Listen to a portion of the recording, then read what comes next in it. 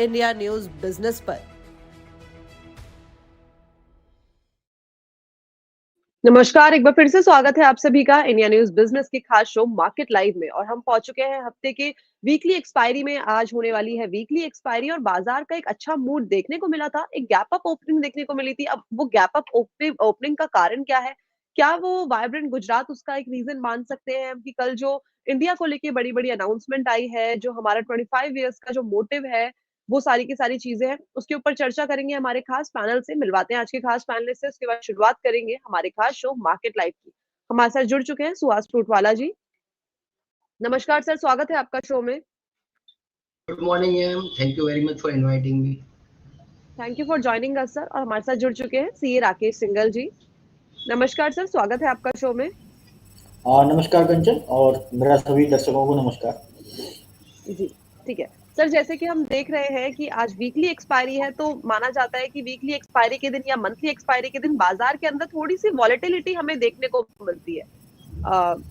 ठीक है, वो सारी की सारी चीजें जान ली है, लेकिन हम ने कल शुरुआत भी कर दी है वाइब्रेंट गुजरात समिट की, और एक इनॉग्रेशन भी हो गया है। काफी बड़ी बड़ी अनाउंसमेंट आई है और आज बाजार में हमें एक गैप अप ओपनिंग भी देखने को मिली है। सर, ओपनिंग तो गैप अप देखने को मिली, अच्छे लेवल्स पे शुरुआत हुई, मजबूती के साथ शुरुआत हुई, लेकिन अब अगर हम वापस से निफ्टी का चार्ट देखें तो वो एक डाउन साइड हमें दिखा रहा है। और कल का अगर हम चार्ट देखें, कल का उसमें भी यही हुआ था कि गैप अप ओपनिंग हुई थी, लेकिन वापस जाते जाते एक हमें डाउन साइड बाजार में देखने को मिला था। ये डाउन साइड ठीक है, इन्वेस्टर्स को एक मौका है वापस से खरीदारी करने का। अभी कोई घबराने वाली बात है या फिर नहीं? सुहास सर, सबसे पहले आपसे ये सवाल है। एक सिंपल बताओ मैम, अगर मार्केट ओवरबॉट में इतने कंटिन्यू ऊपर जा रहा है, मतलब स्ट्रॉन्ग बाइंग पावर है और is a power of the hour retailers को क्लियर कट दिख रहा है, जो डीआई का पावर बढ़ रहा है। और हम चाहते हैं कि करेक्शन हो, बट मार्केट करेक्शन नहीं दे रहा because of the strong earning powers. तो मुझे कोई पैनिक की चीज नजर में नहीं आ रही। और चीजें everything is feel good factor as of now in market, कोई नेगेटिव नहीं है, राइट? कि जिससे तरह हम पैनिक हो या वर्ल्ड में कुछ ऐसी चीजें होती इंडिया के ऊपर अफेक्ट करे बैडली, ऐसे कोई चीज नहीं है। Every good news are coming soon, like budget and many good things are on a pipeline. तो मेरा व्यू क्लियर है। पहले मैंने बोला था कि 21,250 का बेस बना सकता है, बट वहां तक भी नहीं जा रहा, 21,500 का स्ट्रॉन्ग बेस बना रहा है। तो मेरा आउटलुक पॉजिटिव है अनलेस एंड अंटिल 21,500 निफ्टी उसके नीचे जाए तब तक, बट उससे ऊपर बुलिश व्यू ही है मेरा मैम। जी ठीक है, तो सर ने बता दिया है किस तरीके से बाजार इस टाइम पे दिख रहा है, कैसा बाजार का मोमेंटम लग रहा है। ठीक है, राकेश सर, आपको क्या लगता है बाजार को जो जिस टाइम पे ये वाइब्रेंट गुजरात समिट चलने वाला है, बाजार में हमें एक मजबूती देखने को मिलेगी या बाजार उसी तरीके से रिएक्ट करेगा जिस तरीके से उसे करना चाहिए?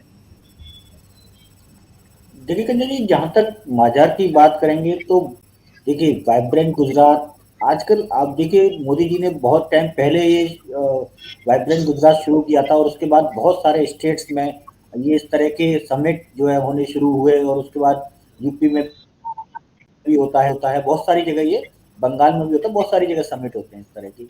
और ये एक बहुत बड़ा इवेंट बन जाता है, और जहाँ पे कि सब बड़े बड़े इंडस्ट्रियलिस्ट जो है अपना एक गवर्नमेंट को कमिटमेंट देते हैं कि हम इतना इन्वेस्टमेंट करेंगे। Definitely it is a big positive for India, big positive for India infrastructure. क्योंकि कहीं ना कहीं देखिए, जब ये सब चीज़ें आएंगी, इतना इंफ्रास्ट्रक्चर में इन्वेस्टमेंट आएगी जब इंडस्ट्रीज में, तो डेफिनेटली इंडिया में तो डेवलपमेंट होने ही वाला है। और गवर्नमेंट का भी आप देखिए, गवर्नमेंट का भी पुश जबरदस्त है इंफ्रा को लेके, चाहे आप वो रेलवे में देख लें, चाहे आप वो इंफ्रा पे देख लें, तो हर जगह गवर्नमेंट का जबरदस्त पुश है। गवर्नमेंट खुद अपना कैपेक्स बढ़ा रही है हर बार। और इस बार तो अभी वोट ऑफ अकाउंट है, बट जब फाइनल बजट आएगा, नेक्स्ट बजट जब आएगा, तो मुझे लगता है वहाँ पे भी डेफिनेटली गवर्नमेंट अपना जो पुश है इंफ्रा को लेके, वो डेफिनेटली वहाँ पे बढ़ाएगी। तो इन सब चीज़ों को देख के हमें लगता है कि मार्केट, अगर जहाँ तक मार्केट की बात करेंगे, इसको मार्केट के कॉन्टेक्स्ट में अगर बात करें, तो अभी देखिए शॉर्ट टर्म में हमें लगता है कि कुछ एक मैक्रो फैक्टर्स जो हम देखते हैं जनरली, कि देखिए अभी शायद कल के दिन में हो सकता है हमें सीपीआई के आंकड़े देखने को मिले, तो वो देखना होगा किस तरह के आंकड़े आते हैं। नेक्स्ट वीक में हमें डब्ल्यूपीआई के इन्फ्लेशन के आंकड़े देखने को मिलेंगे, इंडस्ट्रियल प्रोडक्शन के आंकड़े देखने को मिलेंगे। और इसके अलावा देखिए इस मंथ एंड में जो है फेड की बैठक है इंटरेस्ट रेट पे, तो वहां से कुछ क्यूज हमें देखने को मिलेंगे। तो शॉर्ट टर्म में देखते हैं, अगर हम अगले 1 महीने की बात करें तो, और उसके बाद फिर इंडिया में वोट ऑन अकाउंट भी है, हालांकि वोट ऑन अकाउंट ये बजट नहीं है पूरा वो, बट डेफिनेटली कहीं ना कहीं थोड़े बहुत अनाउंसमेंट इसमें से भी आए।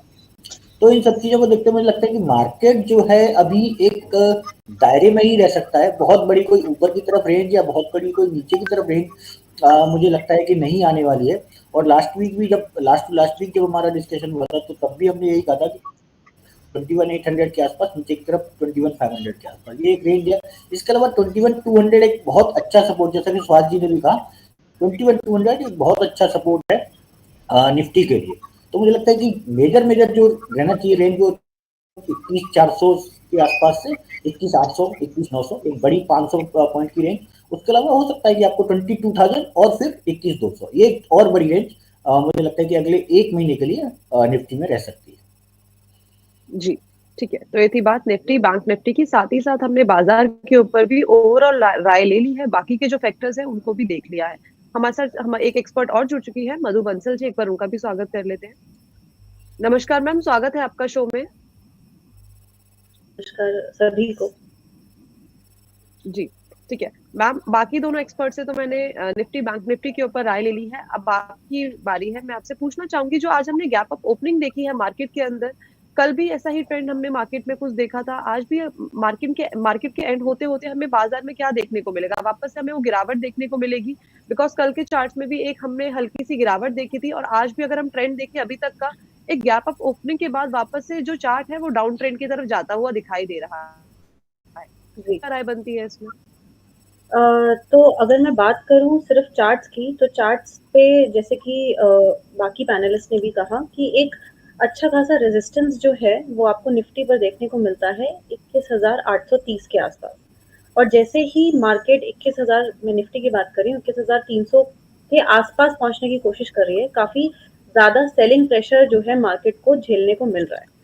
वहीं अगर आप आज की बात करते हैं तो गैप अप ओपनिंग के साथ साथ मार्केट उस गैप अप को, उस प्राइस को, जो प्राइस बढ़ा है उसको होल्ड नहीं कर पा रही है और बिल्कुल नीचे आने की पूरी कोशिश में है। पूरा अपना जो एक्शन है वो बेयरिशनेस में ही वो दिखा रही है।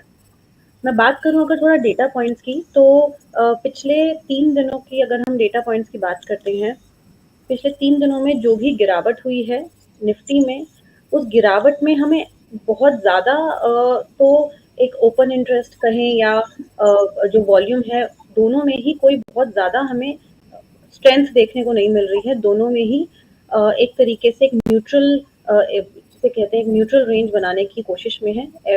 निफ्टी की बात अगर हम करें, अगर बैंक निफ्टी की बात करते हैं तो ज़रूर उसमें आपको एक बेयरिशनेस ज़्यादा दिखेगी एज कम्पेयर टू निफ्टी। 8 जनवरी की अगर मैं बात करूं, जब अच्छा फॉल आया था दोनों ही इंडाइसेस में, तब बैंक निफ्टी का जो ओपन इंटरेस्ट है वो निफ्टी के कंपैरिजन में काफ़ी बड़ा हुआ था, जिसको मैं मान सकती हूँ कि बैंक निफ्टी के कंपैरिजन में डेफिनेटली एक बेयरिश जोन में है। ऑल इन ऑल दोनों ही इंडाइसेस अभी एक रेंज बना करके चल रहे हैं, जो कि कंफर्म करता है हमारा FII DII का भी डेटा, जो कि एक क्लियर डायरेक्शन देने को रेडी नहीं है। कभी बाइंग उनमें हैवी हो जाती है, कभी सेलिंग उनमें हैवी हो जाती है।